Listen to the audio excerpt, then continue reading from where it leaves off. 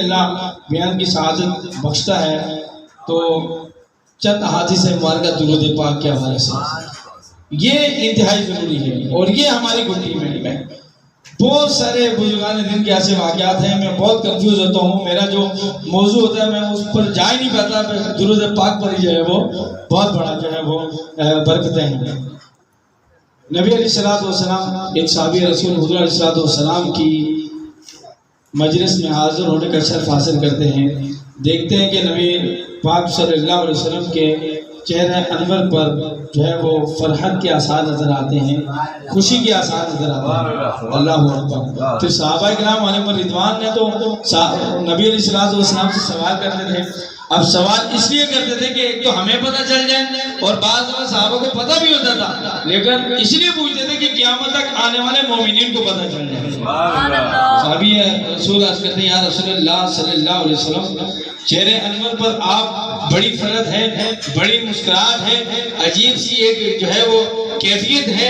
عجیب سی ایک جو ہے وہ چادری ہے، اس کی وجہ کیا ہے؟ تو نبی علیہ السلام اللہ اکبر فرماتے ہیں، صحابی ابھی تھوڑی دیر پہلے جبریل علیہ السلام حاضر ہوئے، عرض کی یا رسول اللہ صلی اللہ علیہ وسلم، آپ کا جو امتی آپ پر ایک مرتبہ درود پڑھتا ہے، اللہ اس پر 10 رحمتوں کا نزول فرماتا ہے۔ اور پھر کسی شاعر نے کیا کہا، درود پڑھتا ان پر ہوں اور رحمت خدا کی ہوتی مجھ پر۔ اور یہ درود پاک پڑھنا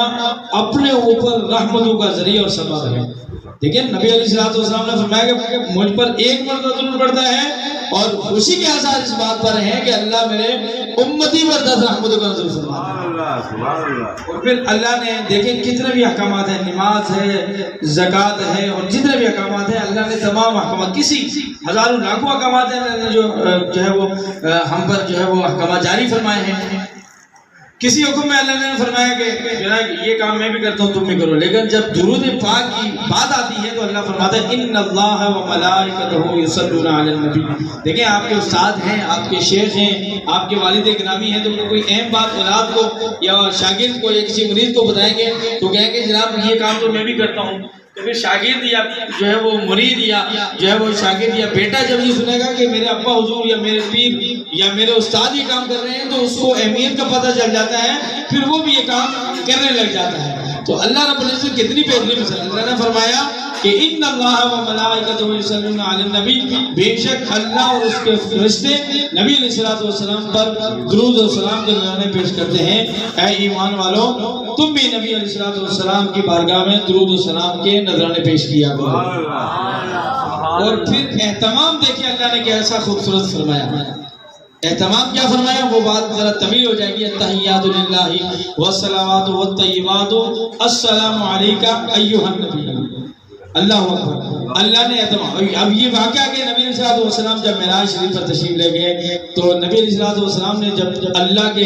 جلووں کا دیدار کیا، نظارے کیے، تو پھر نبی علیہ السلام پکار اٹھے التحیات للہ والصلوات والطیبات، کہ تمام قولی فعلی مالی اور بدنی عبادتیں اے اللہ تیرے لیے ہیں، تمام تعریفیں، تمام عبادتیں اور تمام ہمارے اعمال اے اللہ تیرے لیے ہیں۔ پھر اللہ رب العزت نے اپنے اس محبوب کی جب بات کو سنا تو اللہ نے کیا فرمایا، السلام علیک ایھا النبی، اے نبی تجھ پر سلامتی۔ اور پھر اللہ نے یہ درود پاک کا دیکھیں کیسا اہتمام کر دیا کہ قیامت تک حضور کا امتی اگر نماز پڑھتا ہے اور نماز میں درود پاک نہیں پڑھتا تو اس کی نماز نہیں ہوگی۔ اللہ نے ایسا اہتمام فرما دیا ہے کہ قیامت تک حضور کے امتی عبادت اللہ کی کر رہے ہوں گے، تسبیح اللہ کی بیان کر رہے ہوں گے، نماز خالصتاً اللہ کی عبادت ہے، اللہ کی تسبیحات بیان کی جاتی ہیں، اللہ کی تعریف کی جاتی ہے۔ بندہ رب کائنات سے ہم کلام ہوتا ہے لیکن اس میں بھی اللہ اپنے محبوب سے اتنی محبت کرتا ہے کہ اللہ نے اس میں بھی درود و سلام کا اہتمام رکھا۔ اس سے ہمیں